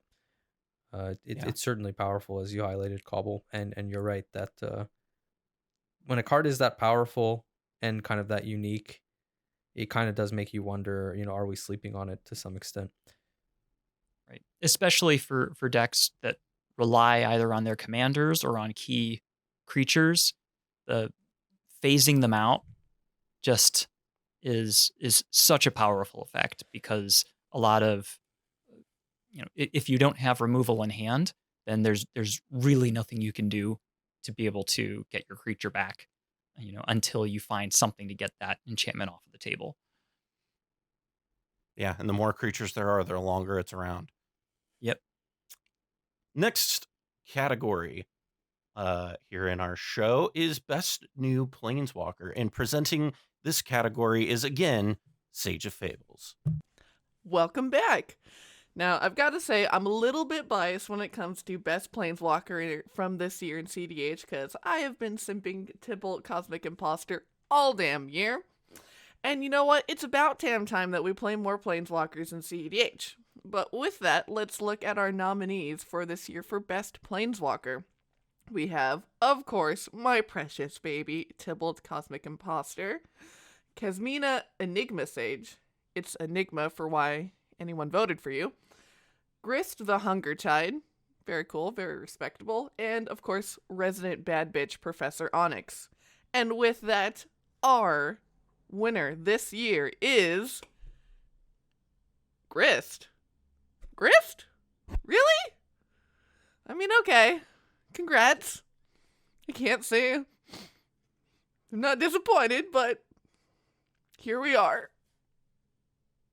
Thank you so much, Sage, and I'm sorry to disappoint you, but Grist did take home this winner among our voting. The 12 of us Grist was the one that ended up taking it home. And Pongo, what do you think ultimately led to Grist being the planeswalker that kind of rose to the top? It's tutorable removal. I think it does something that we want, and it does so in a way that a lot of green decks can have sort of easy access to. In particular, sort of the deck that I can think of that, might still play it. I'm not 100% sure if they've cut it, but I would expect them to still be on it. The Gitrog monster, incidentally milling things, whatever. But, more importantly, you have all your creature tutors that can find it. And so you can use a creature tutor to find a piece of creature removal. And, you have that on a 3-drop. I think that these are all big pluses for a planeswalker. I know that you have been a big advocate for Kasmina Enigma Sage, or as I called it during our set review, Enema Sage. Yes. I was an advocate of you calling it that. I was an advocate of WotC calling it that. When we look at this list, what are your kind of feelings on that? Because I know that you have been really preaching the greatness of Kasmina for much of this year. So I feel like, for me personally, I think Kasmina is the strongest of the 4 that's here, for many use cases. But it, really is going to shine most in a planeswalker list where you're running multiple planeswalkers, just because of being able to eke out the value of either proliferation or whatever, to be able to use each of the planeswalkers to tutor out spells and cast them for free. That said, I think that Tybalt might have gotten there had the rules for multi-faced cards not been changed the way it was. And because a lot of people were really leaning into that interaction where you could search it up and cast, or cascade with a 3 CMC card, and then be able to cast this 7 CMC planeswalker for free, and then just start running away. Yep. It was positioned, I think, probably to be the best one by a long shot. But with the rules change, it was a huge setback, and it sees very little play. And it's kind of relegated to just being a commander. Right. I mean, really, none of these 4 planeswalkers see very much play. Right. So they, it's not like there's a whole lot of data to draw from. I don't think I've ever seen Grist in a game ever. I've seen Professor Onyx once, and I've seen Kasmina played a couple of times because I was the one playing Kasmina. So I've played against the Thrasios Tevesh peer list that plays it. It's very strong. But I mean, it's you're actively deciding to play Thrasios Tevesh, and there you could question whether or not that's a good strategy to be on or not, but it's very good in that list. But I would agree, we didn't have a ton of very compelling planeswalkers this year. Agreed. Yep. They can't all be Oko. Yeah. They can't. Yeah, They can't all be... and that's it. We didn't get Commander Legends, so maybe this year we'll see some new Commander Planeswalkers that will knock our socks off. Hopefully. Right. Well, up next is the best new land or land cycle category. And presenting for us is SCG Tour frequent flyer and Magic the Gathering pro Brian Coval. What's up, cEDH Awards? BoshNRoll here to present the 2021 Best New Land Award. The nominees are the pain-free, untapped color fixing of the Kaldheim Pathway Cycle, the here for a good time, not a long time, Mana Exploder Treasure Vault, The Army in a Can with a combo finish, Urza Saga. And bringing us one step closer to that blue board we're all waiting for, Yavimaya, Cradle of Growth. And now, the winner is Urza Saga! This card is a design masterpiece, inspiring new decks, supercharging old ones, and inspiring us to rethink what threats and answers look like in every format that it's legal. Congrats to Urza Saga. May your constructs be thick and your lotuses be jeweled. See you next year. Thank you so much, Brian. And that makes it the third time Urza Saga has won today. Now, I know Pongo, our last time that we talked about Urza Saga, we felt that it might have gotten over, dressed down, might have been unnecessary, or shouldn't have won that category. What do you think on this one? Do you think we got it right on this one? I mean, I think that there's a lot less competition in this category. I think that, we've got some additional fixing, but, mana bases are generally pretty good already. So I think while a little bit of additional fixing is appreciated, it's not a major get for most of the format. And these lands in particular kind of only really fit well into 2-color decks, as far as I'm concerned. Treasure Vault, again, very niche kind of card. Sees play maybe in a couple of decks. And then, we're moving along, and I think when you start to look at Urza Saga, you begin to realize, okay, well, not only is this at an appropriate power level, where it stands up to all these other options, I think it surpasses them by a pretty good margin. Yeah. And additionally, it's seeing play in more decks. Those two things go hand in hand, but I think that, regardless of whether or not a card like Treasure Vault is a bigger get for a deck like Kinnan and is, more powerful in that deck, then in my opinion, Urza Saga may be in a lot of the decks that it's seeing play in. Urza Saga is on the whole a bigger get. Mm-hmm. Yeah, Coval, I know he talked about, Brian did on, this is a design masterpiece, and it really is Hot just take. What'd you say? Hot take. I think it's a really well designed card. Just in general, I think the fact that it goes away makes it a lot better than where a land like this could have been maybe like 4 years ago.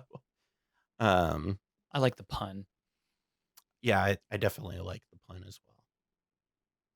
But I mean, if this card is gonna, be so audacious to, win categories of, enchantment and And lands. colorless, And colorless. that normally go to, cards that are of that type, I'd be amazed that if it didn't win land as well. Right. Yeah. Especially, given the competition. Yavimaya, I think, has some untapped potential. It's being used in some places to great effect, that where forests are cared about, being able to untap forests or bounce forests or double forests. But again, that's only a handful of decks. Same thing as Treasure Vault. So, yep, there you go, Urza Saga. You get another one, and that puts it as the most winningest. Winningest, is that what the right word? The winningest card so far on our list. And now I get to call that's it. it for the. I get to call it a design mistake of titanic proportions. Right. I think it's way overpowered. Well, that's it for the new cards. Moving on to our last 4 categories. And our first category is Best Reprint of 2021. And presenting that for us is going to be Brian from Playing with Power. Hello, my name is Ryan from Playing with Power MTG, and we're going to be talking about the best reprints for cEDH in 2021. The first runner-up is Force of Negation. It is a Modern Horizon 1 time shift, and it is played in basically all formats where it's legal, cEDH being no exception. Part of the free interaction suite that you would put in basically any deck with blue, this card kept climbing in price more and more and more. Putting it in the Modern Horizons 1 time shifts allowed you to have a more accessibility to the card, as well as providing, since it had the old border, a lot of really cool bling factor for your deck. Our second runner-up is Demonic Tutor. This card was printed into the Strixhaven Mystical Archive. There's basically never a time when we don't want this card printed. Arguably the best tutor in the entire game of Magic, we absolutely love to see this card in cEDH. Now, it also really helped to have an extra bling factor because of the new alternate arts and showcase frames from the Mystical Archive. Plus, the Japanese alternate art is a wonder to behold. Our final runner-up is Tainted Pact. This card was also printed into the Strixhaven Mystical Archives. This is part of the quintessential A+B empty library combo we see so ubiquitous in cEDH. You cast Demonic Consultation and or Tainted Pact, and then you empty your library, then cast something like Thassa's Oracle, Laboratory Maniac, or Jace Wielder of Mysteries to help win the game quickly. This card was a bulk rare when it was printed originally, and did not see a huge increase in price until the A+B Empty Library combo became so popular. This card hasn't been reprinted ever, and also hasn't been printed in over 20 years. This card saw a massive increase in price as such, and seeing it printed finally again really helps increase the accessibility and helps everybody be able to now use this combo. Finally, the winner of the best cEDH reprints for 2021 was the Zendikar Fetch lands. There's really not much to say about these other than they're fantastic lands that is played in every single format where it's legal in. They are absolutely required for multicolor decks to function properly. These cards were so popular that they started to really climb in price. Their availability just wasn't enough to satisfy the market's need. And finally getting them reprinted in Modern Horizons 2 and at rarity level, not in some special set or some limited reprint run or anything like that. They were printed and printed into the ground, which was a great thing and allowed people to finally access these cards at semi-reasonable prices. We saw things like Scalding Tarn climbing up to the $100 range for a fetch land, and finally getting these, it makes these cards the best reprints for 2021. Thank you very much. Thank you so much, Ryan. And really, the Zendikar Fetch lands. This was an interesting category where we had a card that two of these cards were printed in Modern Horizons, and two of them were printed in Strixhaven in special slots. So, Coval, when we look at this category, the Zendikar Fetch lands are probably one of the most important pieces of playing cEDH, really, that you can have access to. Right. And that's not to diminish the prominence of any of the other three choices, because all three of them are just phenomenal cards. Zendikar, any fetch land is going to be crucial to most decks being able to run in an efficient way. Especially if you're going to be 3+ colors, which many decks want to be. Najeela, I think, probably would play better with fetch lands rather than without. So it's just such a core need for almost any deck that I don't think that any other reprint could be, short of. I mean, I think that the fetch lands are more important than the duels themselves, just to be able to go in and get whatever it is that you're missing. So getting them is the key to having the mana that you need when you need it. And that's, you can't say more than that.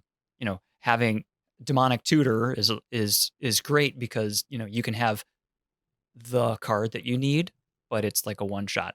Whereas the fetch lands are, they just are the kind of the backbone of your deck being able to operate. I'll tell you one of the things that I was actually very surprised about that I didn't know was I didn't realize it had been 20 years since Teen Impact had been reprinted. That is wild to me. Yeah. I pulled it out of a pack. 20 poor years ago. Yeah. back when it was the bulk. Yeah. Pongo, any thoughts here on this category? I mean, put simply, it is hard for me to imagine a year where fetch lands get reprinted and I don't vote for them as the best reprint of the year. Right.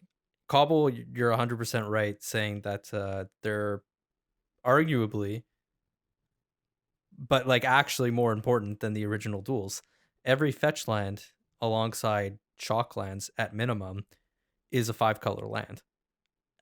Or has the potential to be a 5-color land, which makes them just on their own, along with fetchable dual lands, better fixing than the original dual lands.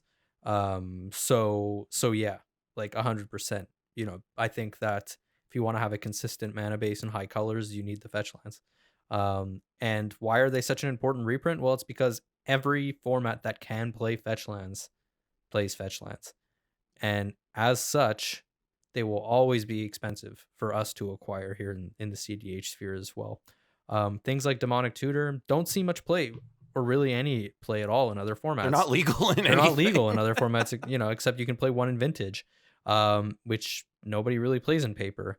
So that is a card that when it gets reprinted, it can sustain a high price because yes, people want it for all their EDH decks, but it's never going to have the price potential of a card like, all the fetch lands if it's not reprinted in the same amount of time as one of the fetch lands.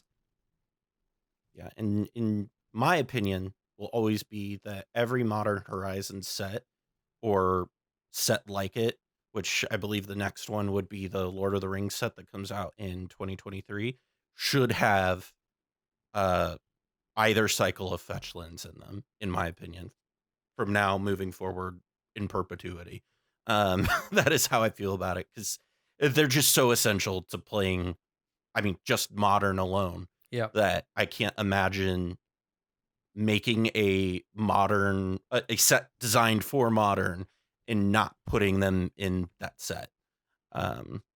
Or that's having command tower errated to say you may have any number of command towers in your deck. Because that wouldn't impact Modern. No, it wouldn't impact Modern at all. They called Coval a mad scientist, but they didn't realize just how insane he actually was. Oh, goodness. Well, now we are into... What'd you say? That would not be healthy for the format. Oh, goodness. Well, now we're moving into the deck and commander territory. So up first, we're going to have the Most Improved Deck of the Year award. And presenting that for us this year is Ken Bauman, famously of The Secret Life of an American Teenager, but of course also from Stacked EDH, is our good friend Ken. Ken, take it away. Hey, I'm Ken from Stacked EDH, and I'm honored to present this year's award for Most Improved Deck. And the nominees are Codie Turbo Naus, Krark Sakashima Clones, Tassiger Control, and Winota Stax. All right, and the winner is...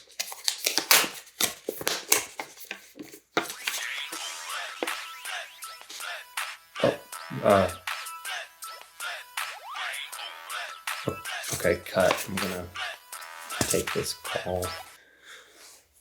Hello?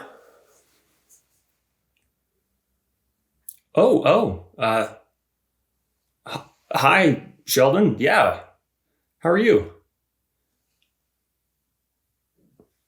Okay. Yeah. Oh, great. So, what can I... Wait a minute. How did you know I was filming this? Oh. Yeah, I mean, Josh is a Hollywood insider. You're right. So what can I help you with?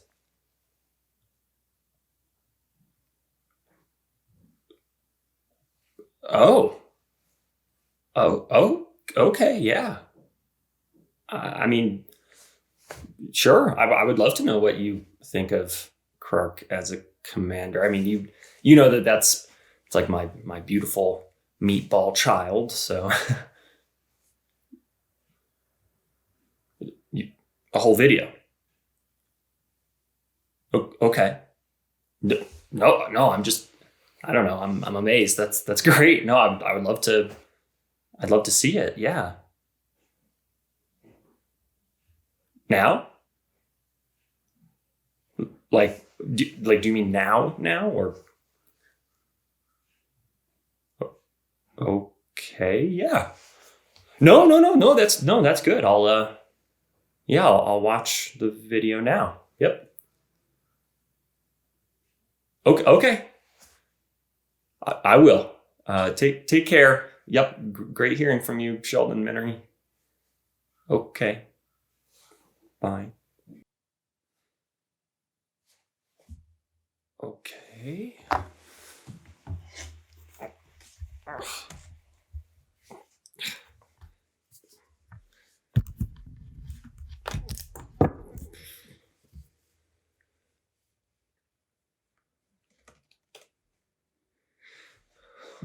Check my email.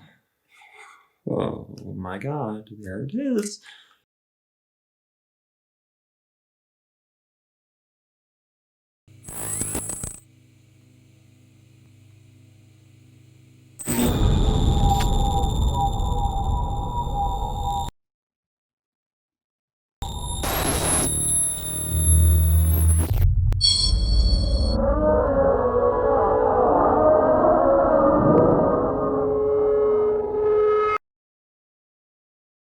Am I dreaming? No, without doubt.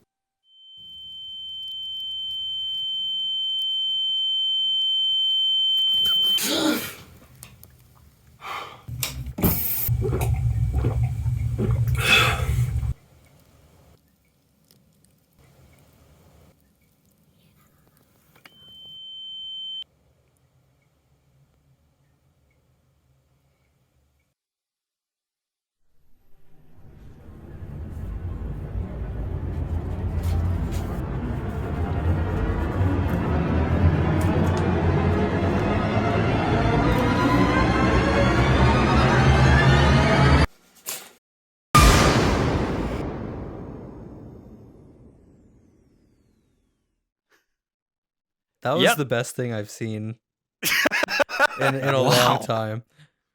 That was spectacular. Welcome back, everybody. Thank you so much, Ken. And congratulations to Krark Sakashima clones for winning Most Improved Deck of the Year. And oh man. So where to begin? So Pongo, I believe just Krark got so much help this year, right? I think we talked about this before, where, you know, at the beginning of, or right about when it came out, when we were talking about it, we were like, this is kind of a neat, cool idea, but it's not going to really amount to anything substantial. Like, it will never really rise above really just kind of being cute. And this past year, it got a major shot in the arm and just constantly just spell after spell after spell after spell. You know, really, what is your take on Krark? Was there any chance for anything else to win? I mean, as you already know, or as you know, playing with me, I am already a Krark player, Krark Sakashima player, and you know, I've even been dabbling in the Krark Thrasios realm. Yes, Krark has gotten a lot of tools recently. I think Winota was kind of just born. You know, it didn't really get improved. It kind of was just the immaculate conception of Winota. So I think as good as Winota is, you can kind of you kind of can perhaps put it a little bit on the back burner in favor of the deck that seemingly actually improved and really got sort of brought to the forefront of the format and of people's minds. The only other thing I would add is that if I wasn't already a Krark player, after having seen that video, I would 100% be running out and picking up all the cards to play this deck. Oh man, Cobble, I know you've been doing a lot of brewing recently around Krark, and what's your takeaway? Especially, we as a voting group really felt that Krark in Sakashima was the most improved deck of the year. Right. It got to the point where I think when we started doing set reviews, we just had a category for Krark. The new Krark card. Cards that otherwise wouldn't have been part of the discussion. We were like, oh, and by the way, yeah, here we go. Tavern Scoundrel. That's amazing in Krark and terrible everywhere else. Yeah, add it to the list. Right. And I mean, like, I'm just like going down the list here, and it's like, well, Conspiracy Theorist, Harmonic Prodigy, Tavern Scoundrel, Burgie, Veyrin, Archmage Emeritus, Stormkiln Artist. Yep. I mean, like on and on and on, just everything. It's just gotten all of the tools, and it was kind of a wobbly deck. Yeah. Before this year, and it had kind of mixed success, and with all the absolutely jacked support that it's gotten,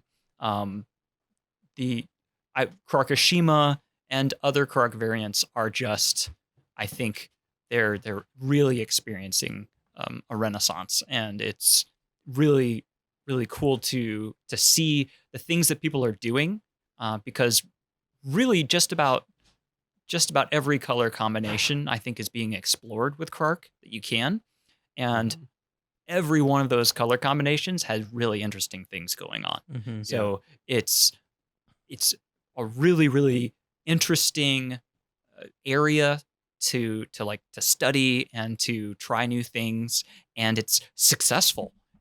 It's absolutely, I hate to use the word viable, but it's it's in contention wherever it's played.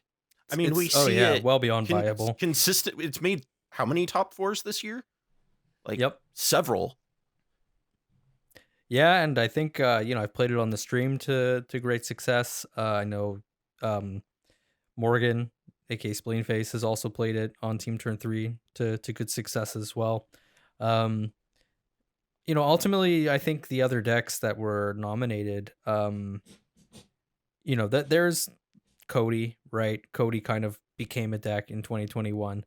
Winota, I think, was kind of the other deck that really took people by surprise, as I mentioned it before this year. And if you're looking just by the numbers in terms of performance in events, Winota was, again, a really, really strong contender.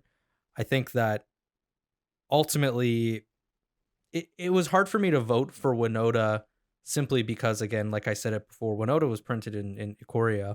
And to this day, even though that deck did get new tools this year, it really feels like you're playing Winota. You're playing that deck because of how absurd her text is. And then kind of like everything else is sort of secondary to that. Whereas Krark Sakashima, that deck got it all this year. You know what I mean? Right. It's just incredible. It really was. And to Cobble's point, we really every set review, we had a card that we were like, this is a Krark card, and it got played in Krark, and every set. I've never seen a deck get so much support in 1 year, this much, right? Oh, yeah. Where every card was just like a banger. Like, it's unreal. Yeah. I gotta ask, did you know the results before you assigned the different categories to the presenters?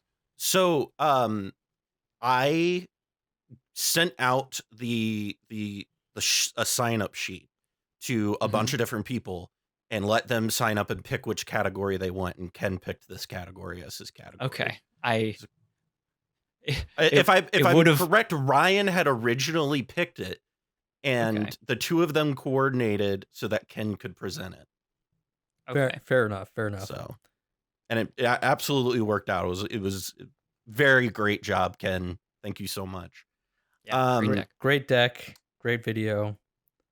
We love Ken. That was a great video. We've got 2 more categories for you. Before we give you the best deck of the year, we have to give you the best commander or commander pair. So who better than the famous AI herself? I'm going to toss it over to Rebel.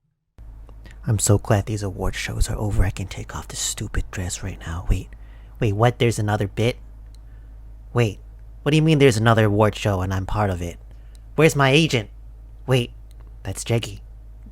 Jeggy's my agent and he formed a union. Okay, I guess there's one more final award show to present. Hello everyone. It is time for the best commander or commander pair of 2021. We're gonna finish it off with the best one, the best commander ever of the year. And our first nominee is Codie Vociferous Codex. You didn't expect that, did you? Yes, you did. Of course, Codie has to be best commander or commander pair of the year, right? It's such a fast and streamlined turbo deck. Everyone else has talked about it, so have I. So we're gonna move on to the second nominee for best commander or commander pair. And it's Najeela the Blade Blossom. Even though she flies solo, she's basically like paired with bajillion tokens because she always come with tokens. Najeela, a really strong deck for many years since she's been released. This 5-color deck can play so well with tempo, can play all the combos, and also has a combo of her own with Derevi and Nature's Will and all those other things that I probably can't even think of right now. Such a strong deck, and that's our second nominee. Then afterwards we have Thrasios and Tymna, first partner pair for the category, and a pretty ancient pair by now in cEDH times. Flash has only been banned for like a year and a half, maybe. Yeah, I think a year and a half. But still, Thrasios and Tymna, maybe not so medium anymore, maybe pretty strong with our new meta for 2021.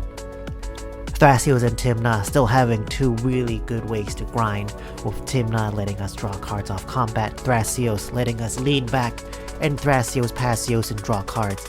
And we have access to basically all the combos here, so Tymna, Thrasios, TNT is our third nominee. And our final nominee is Tymna and Crom. Of course, it's Blue Farm. It's Blue Farm.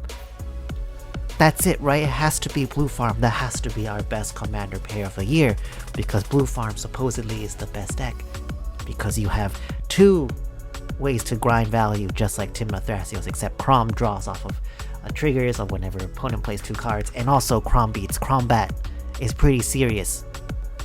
Where TNT gains green, TNK has red, the super powerful red, where you have access to Dockside, Jessica's Will, Underworld Breach, just everything you want.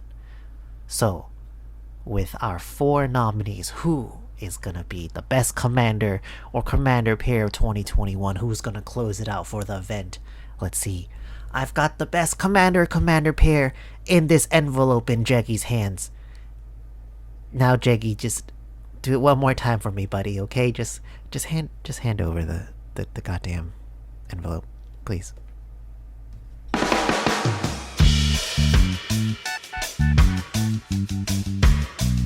on, Jiggy. Can you be a bit more professional? The Mind Sculptors has like 4,000 more subscribers than we do. I want to make a good impression. Thank you. And the award for best commander or commander pair goes to... It is Tymna Thrasios. It is Tymna Thrasios, TNT. Good old classic TNT. Can't beat it. The votes are in. TNT is confirmed. Undeniable best commander or commander pair of 2021. Codie is fast, but folds to interaction. I'm sure someone's gonna get angry about this. Najeela is like, I don't even know why Najeela lost, but Najeela didn't win. And then Blue Farm. Poor Blue Farm.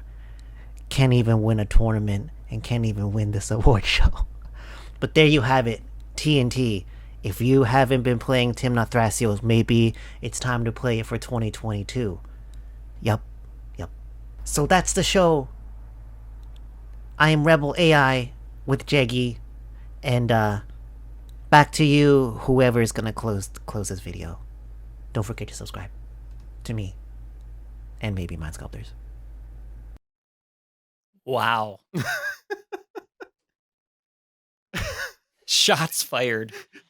The Blue Farm can't win a tournament. Can't win a even tournament. win this award. Yeah.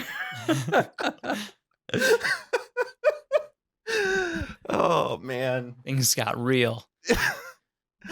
I All right, liked, I liked Rebel like under her breath, like talking about Najeela, like, wait, why didn't it win?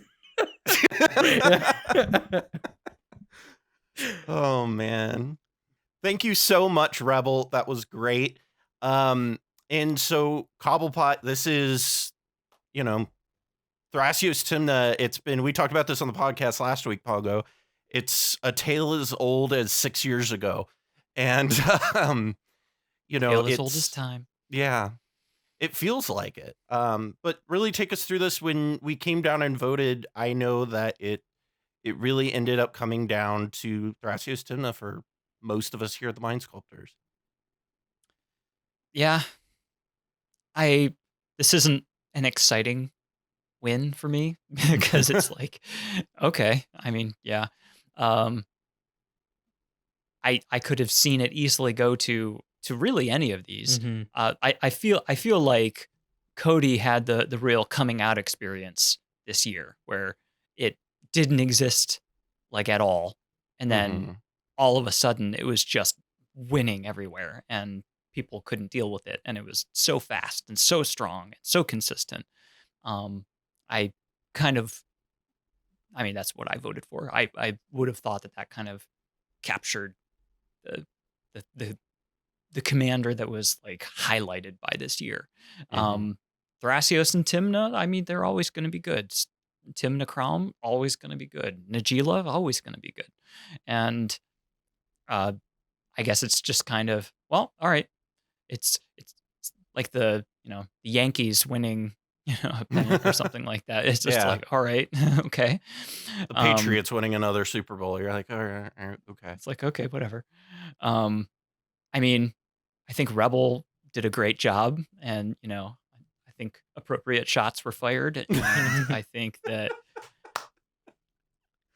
I look forward to next year where we can maybe find a new commander or commander pair that will unseat these really well-established pairings that are just generically good for any archetype. And it's very interesting that it is important to note that at least 3 of the 12 who were voting are very entrenched Cats players. So to give you any context into at least a third or a fourth of the voting group, there's some very deep rooted Cats players there. So, and Razakats is mainly Thrasios Tymna is the most common color pairing. I think that's where my opinion sort of diverges from yours a little bit, Cobblepot, where I think the only deck I would have been surprised to see win this would have been Codie.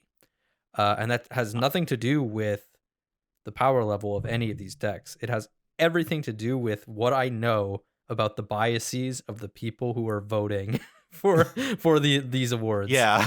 So I think that, you mentioning Codie, on the one hand, you're coming at that, I think, from a rational perspective, and I think that makes sense. And I'm not here to dispute that. But thinking about the committee, I'm really not surprised to see Thrasios and Tymna win. But I also disagree with it. I disagree with it. But that's okay. I think that all these decks could have conceivably won. The only one Did that you I would vote have for Najeela? Well, I think Rebel said it best. Wait, Do you why didn't do this you deck want win? to? Yeah. I will tell you what the voting split was. I won't tell you who voted for what. You can probably parse that out. But here is how it went. There was 1 vote for Codie.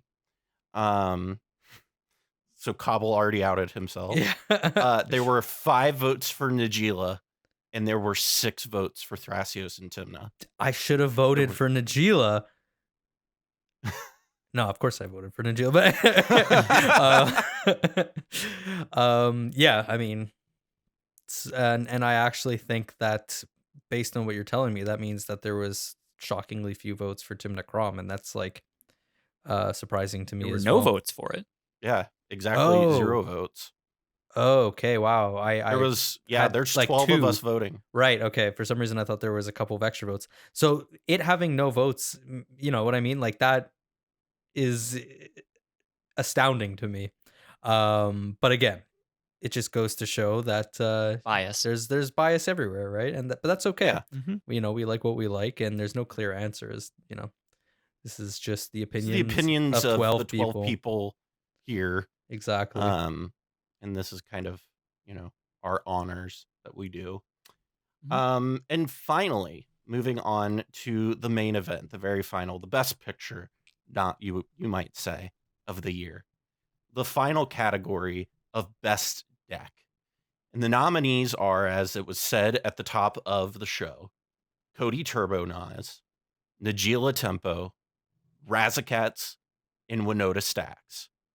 To present this award, I'm going to toss it over to my good friend Nathan Jones, otherwise known as the Hermit Druid.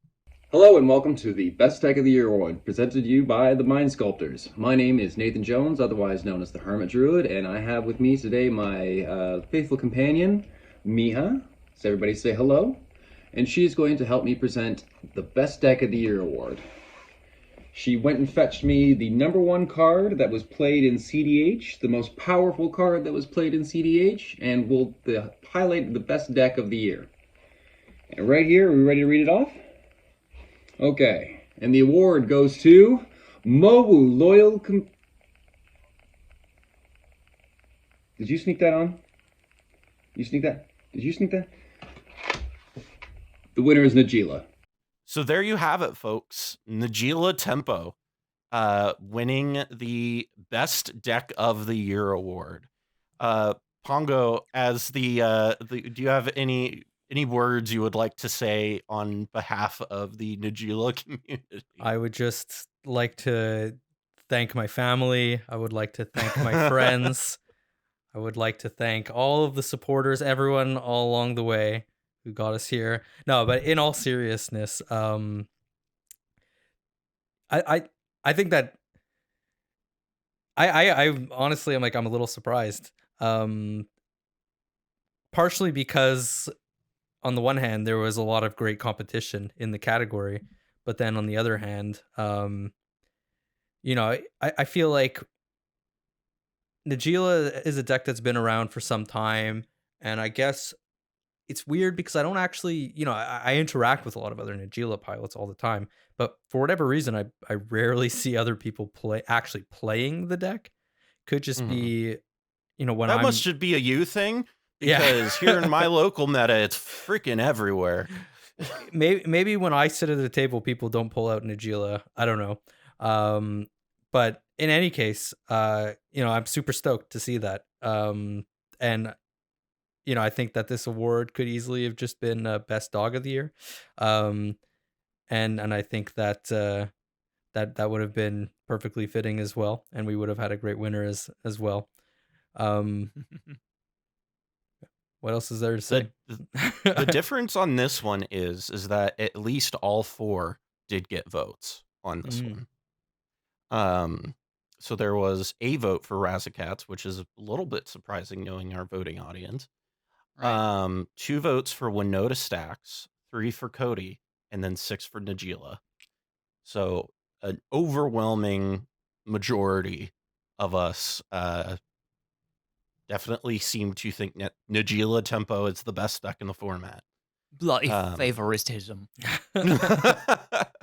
Coval, what are your opinions here? You know, whether or not you agree with this outcome, or you know, what are your thoughts here?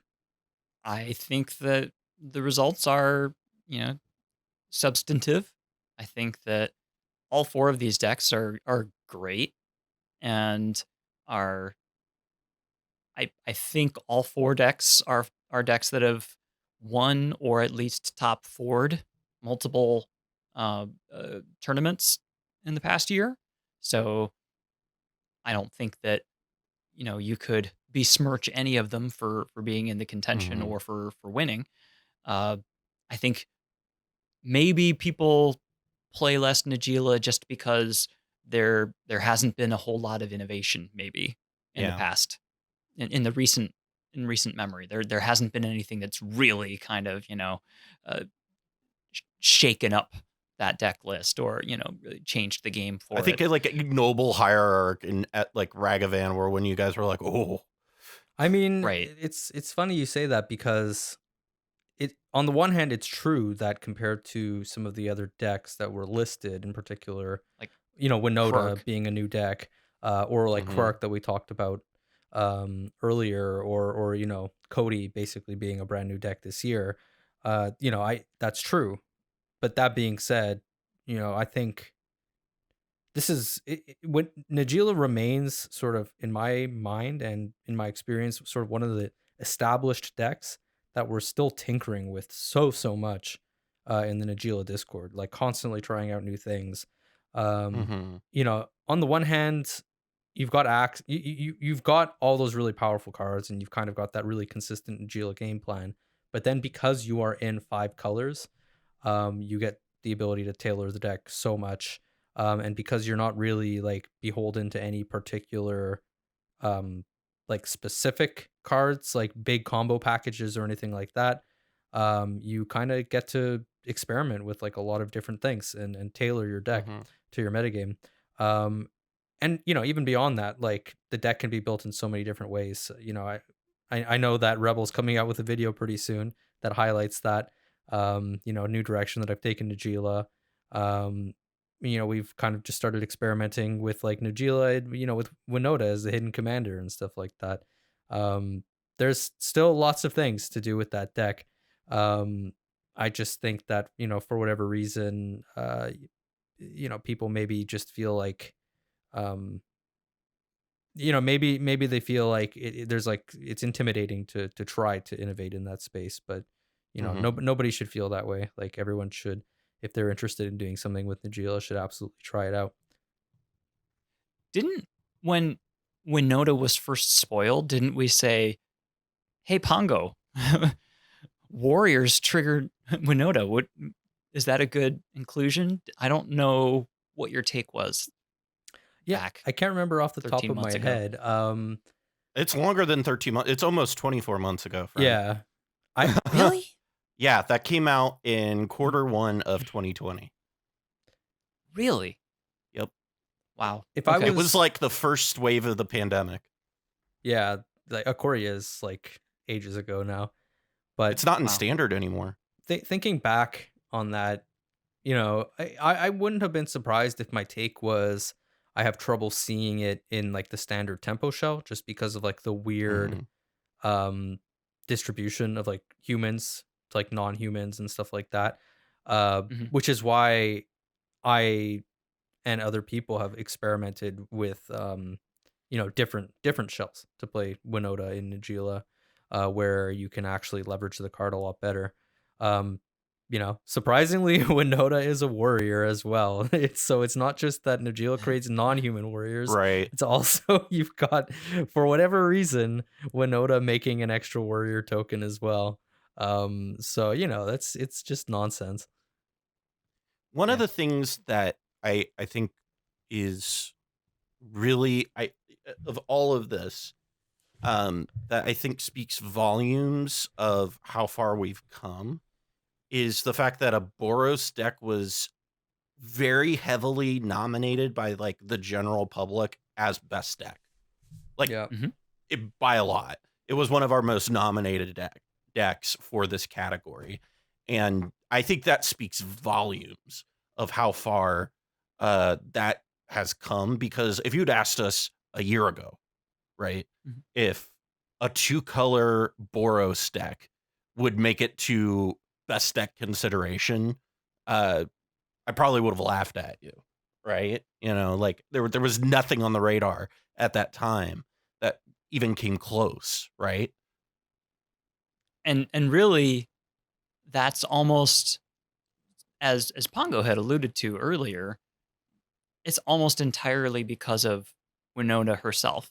It's not because of additional support specifically in Boros that has materialized over the past 12 months. It's Winota is just so insane that, you know, just off of her value, you can just make a deck that is nigh unstoppable if you don't know exactly what to do to dismantle it. And that's why we're seeing so many different shells that are trying Winota in various hidden commander kind of aspects, as far as I'm using it in Blood Nod, and people are using it in Najeela, and people are using it with Tana X, and just having all of these different ways to create or to just take advantage of the insane amount of advantage that she provides. And yeah,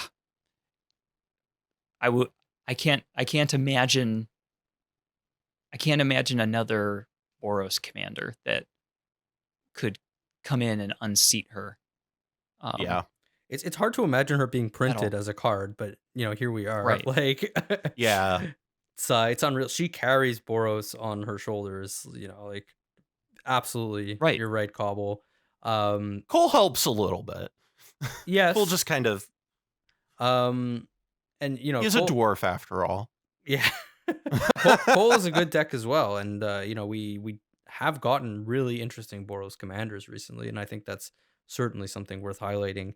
Now that we are celebrating 2021 and looking forward, as far as Winota is concerned, I've played that deck, as you know, Callahan, on stream quite a bit. It's awful. Everything. What always happens when I play that deck on stream really highlights exactly how central Winota is to that deck. Because for whatever reason, I always have like mulligan to turn 2 Winota, but then there's always a turn 1 Tyrannith Magistrate, like every time, or like a Grafdigger's Cage, literally every time. And that deck, when you don't have a Winota, is so bad. It's just the deck goes from 100 to like 10, like in a heartbeat. I know this means nothing to you guys, but for my sports fans out there, I think Eric Fritz in particular will really appreciate this reference. Winota is the Josh Allen of cEDH decks. It's either amazing or terrible, and there's no in between. Yeah. One thing I did want to touch on before we leave is, were there any cards that you were surprised didn't get nominated? And I think I'll throw it to Pongo first. That's it's an interesting question, and one that I hadn't necessarily thought about a whole lot. What cards didn't get nominated? That I will say a card that I, just to kick it off, I was genuinely surprised that Solitude did not get nominated at all. I think that's especially fair. in the white category. Yeah. No, I agree. I think Solitude, the issue with Solitude could just be, again, that it is a white card on the one hand, and 2, that it is a white card that wants to be played alongside other white cards. So you have to be pretty committed to playing white decks before you play that card. That being said, we had a whole category for best white card, right? So that only excuses it a little bit. Cathar Commando was nominated, and I think that's a great card. But I think that if that card gets nominated, then Solitude could equally have been nominated. I guess a card that I'm a little surprised didn't get nominated maybe Prosper. I feel like people are really high on Prosper. I think that's really, it's a cool commander. People enjoy playing it. It's reasonably powerful. That's for sure. It's powerful enough that you don't feel totally outclassed bringing it to a cEDH table, and I think that's essentially all you need to have at the end of the day to have a good time playing this format. So yeah, I guess sure. Let's say Prosper. I think we discussed this when we were voting a little bit. I think it was a little late to the party when we kind of came to the realization, we should probably have best new commander or commander pair as a category. And by that point, it was kind of too late in the game to add that category. But certainly next year we will add that category on. Cobble, were there any cards that you were surprised didn't see a nomination? Was Kaldheim this year? It was 21. Yes. Okay, I'm surprised that Magda didn't show up anywhere. Yeah, that's a great answer. Because Magda has really, kind of changed the way that people approach mono red, but has also, especially with all of the treasure synergies that you just see absolutely saturating the meta, being able to go and put literally any artifact or, dragon with artifact is the more important one. But hey, some people get Niv Mizzet. Right. Yeah. Putting Niv Mizzet or 100%. Old Gnawbone. I've been having fun putting Old Gnawbone directly into play, and then that's hilarious. That's just yeah. I would like to change my answer. I think Cobble is right. But that's the only one that to me seems glaring.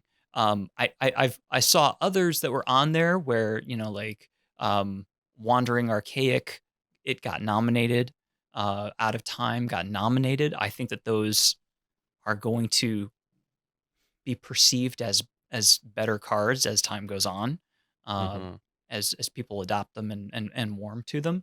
But I'm surprised that Magda just didn't get anything at all. Yeah, didn't make the cut.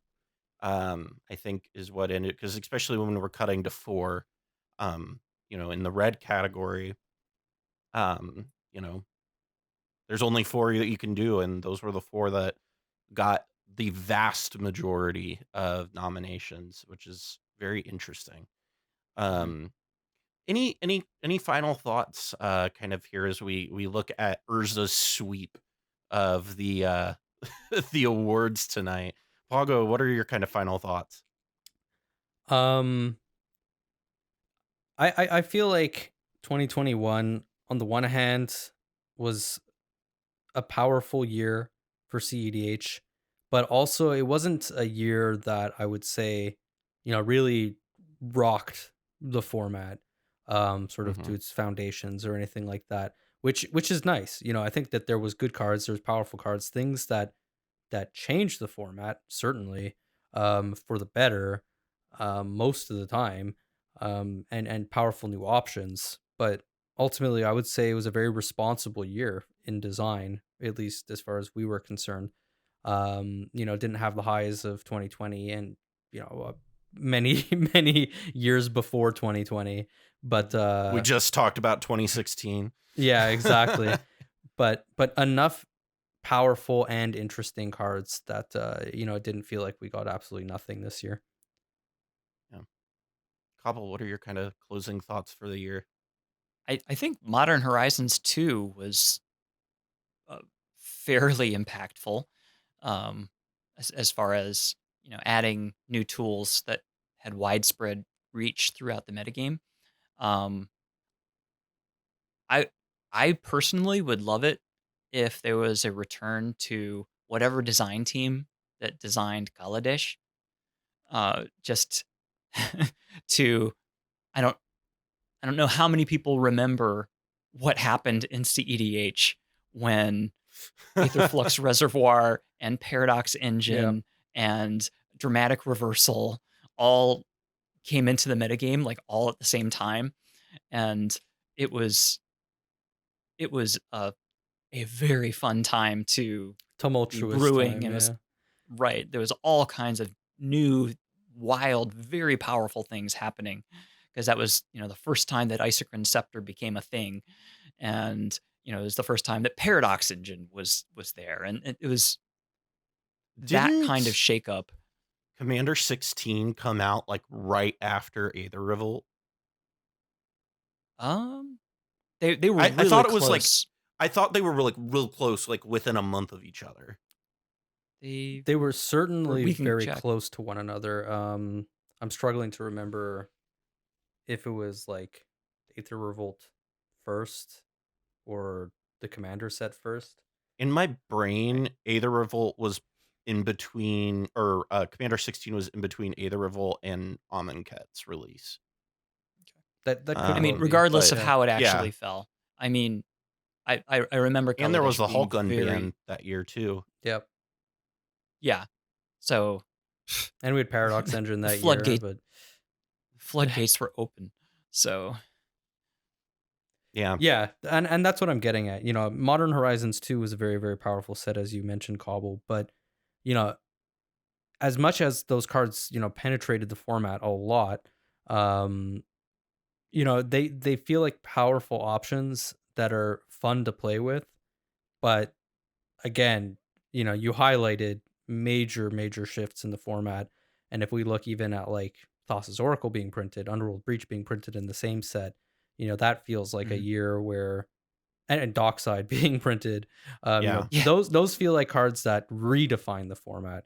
Whereas this year we got a lot of cards that, kind of slotted into decks, wide, like throughout the format, slotted in many decks, but ended up being powerful tools as opposed to being, cards that changed the game as we know it. I think a good way of like looking at it in that respect is instead of like changing the format and shaking the format up really heavily, it fleshed out the format. Sure. And gave it more character and gave it more depth. And I think that's something that I really like about where cEDH is now, is especially after Commander Legends and a lot of the stuff that's come out in the past year, particularly like you said, Cobble, with Modern Horizons 2.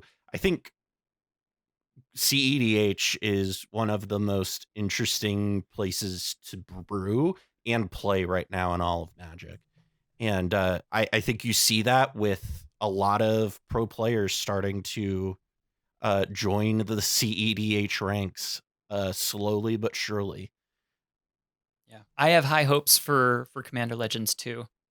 I do too. I'm really hoping that'll be fun. More partners. Right. I don't know. Are they planning to do any reprints from I don't know. the first set? We know nothing about it other than it's set in Baldur's Gate. And they it's a draft, a Commander draft set. So like, I presume partners will be back. So that's really exciting because I think the outside of like Thassa's Oracle and Underworld Breach getting printed, I think that like Commander Legends was probably the closest to shaking up the format that we have come in the last few years since 2016, honestly. Because, I mean, that really just redefined what a lot of decks and made a lot of decks kind of come to fruition. But that is about it for us from out of time. We are out of time. Thank you all to everybody who presented. We greatly appreciate it. It was a pleasure to get to work with all of you, and coordinating this was really fun, and getting to work with everybody and seeing everybody's videos behind the scenes to put this together. This was a great experience, and I'm glad we got to do this. Just a quick reminder, if you want to follow the Mind Sculptors on Twitter, you can go to @SculptyBoys, or you can just go to the link tree in the description below and find a direct link. You can also find direct links to all of our individual Twitters as well as our Mox fields. So if you want to follow us there, see what we're brewing, things like that, that's a great place to go. Also want to give an extra shout out and special thanks to a few of our top tier patrons: Justin, Michael Levine, Dr. Michael Levine, CZ, Dionyches, James Hawley, Jason Bialik, Matt Boehner, and Senior Coupon. If you too would like to become a patron and support content like this, you can head on over to patreon.com/The Mind Sculptors or check out the link in the description. Thank you again for joining us, and from all of us here at The Mind Sculptors, I'm Callahan, and we'll see you next time. I'm in line with the stars, I'm in sync with the earth. 10 toes deep, flower child from the turf. I never switch sides, like even when I die, I'm a ride for the squad, let our ties in the hearse. I've been on a vibe, kinda hard to describe. I'm in between, I'm good and it's fine, but I'm tired of the grind. Then I come alive in the night to realize I'm in the middle of the time of my life. I'm never so packed for the stack, never lied on the rap. Got a bag from the way that I write it. Queen looking Tyson, do that ass survive, doing 80 to the house. Then I hit it to the sky change, haters on a tirade. Talking to they crib in the face, be still, let that hate stuff fade. We all want the same, we all want a meal in the safe. I wanna live like I'm trying to reach enlightenment. Trail spill from my lips, feel big from the bib. Take a sip till I pass out.